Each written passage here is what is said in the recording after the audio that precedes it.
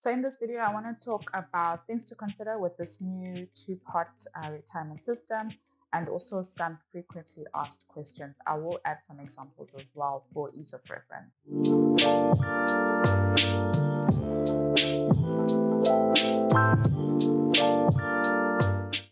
So some of the things to consider, the benefits that accrue to a member are dependent on the member's pensionable service. So how long you've been working, how much you've been contributing. That depends that determines how much you get from each part, right? And then also the interest that you'll be earning, the accrual interest that is also earned from whatever fund that your company has chosen to invest in. Exits on the fund upon retirement are taxed at the retirement tax rate. So there's a tax table specifically for retirement age or when you retire that will be applied to when you exit the fund upon retirement. However, if you do take money out of your savings component every year or however much you take, but you can only take it once a year, that will be added to your taxable income. So you'll be going to be taxed at the marginal tax rate. So whatever you earn, they're going to add that to your tax, and then they'll tax you at that rate that you're currently paying tax on right now. So the current provisions apply to benefits paid to dependents of deceased members. So that will continue to apply, and those members who are going to continue to receive the annuities that they have been receiving. So those current provisions still apply to dependents. If a member divorces, then a withdrawal is made from all three parts. So that's the vested, the savings, and then the retirement. So all of those are going to be impacted if somebody divorces. Going forward, members will have three different pensionable service records relating to the pensionable services allocated to each part. So from the 1st of September 2024, members will be able to access the vested part and the savings part as a lump sum upon retirement. So you can still access your vested part. So this is the part that you'll have up until the 31st of August 2024, and then also the savings part. So when you retire, you are allowed to access those two parts. So you can still access the vested part, the one that you'll have at 31 August 2024, and then the savings part. However, you will not be able to access the retirement part. That one will only be able to be accessed upon death and then upon retirement. That when you do resign and get another job, that one can only be transferred from one approved fund to another approved fund. So just an example of what this will look like going forward from the 1st of September. If a person has 900 Rand retirement contribution, then 300 is going to be put into the savings pot and 600 is going to be put into the retirement pot. And then a person can then access the savings pot when it is at a minimum of 2,000 Rand. And you can do this once a year. And I also said that that's going to be added to your taxable income. Or yes, there's also no maximum amount to how much you can take from the savings pot. So if you have 20,000 Rand in your savings pot, then you can withdraw that. If you haven't taken any money out all these years and it's up to 20,000 Rand and you urgently need it for something in your life, you can then withdraw the full amount in the savings pot. There's no maximum withdrawal that's going to be applied. However, you must then remember that that 20,000 is going to be added onto your taxable income and you're going to be taxed on that as earnings.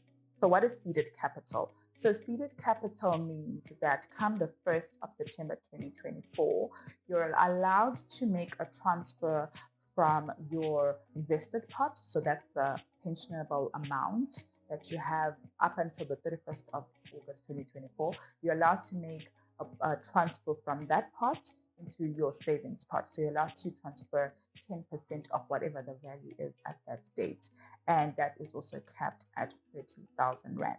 So if you have 250,000 Rand, that is in your vested pot 31 August 2024, you're allowed to make 25,000 into your savings pot. However, if you've got more than 300,000 Rand, because it's capped at 30,000 Rand, then you can only make transfers up until 30,000 Rand. So that is what's called the seed capital. So that transfer from the vested pot into your savings pot is called seed capital.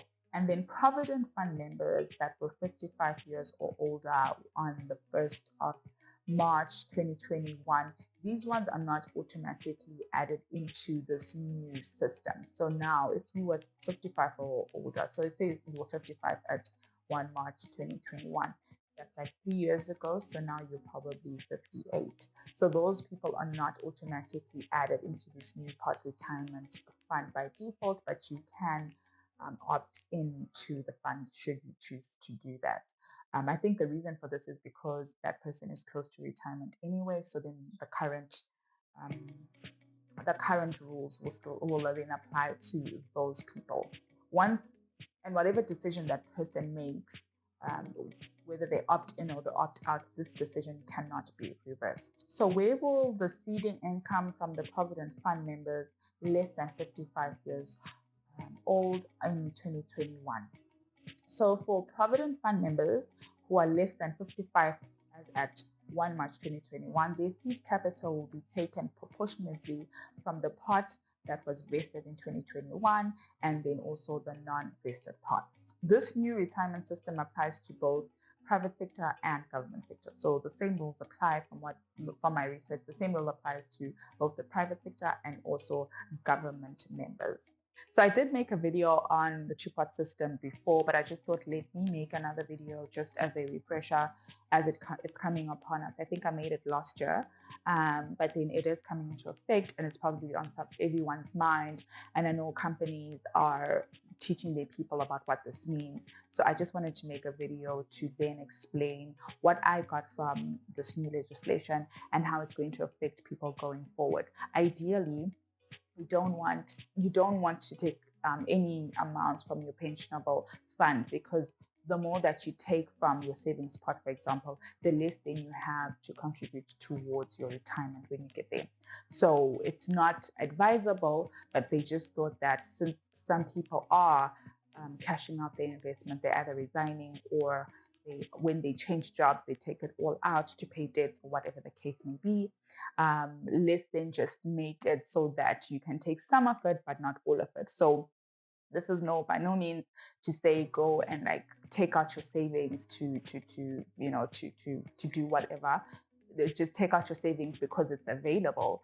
But if the need arises or if you have to, then that's what's going to happen. You can only take out from your savings pot portion on the 1st of September 2024 going forward. However, from what I understood is that the vested pot, the same rules still apply to that vested pot. So what you were able to do before, you'll still be able to, I guess, cash out that money from the vested pot.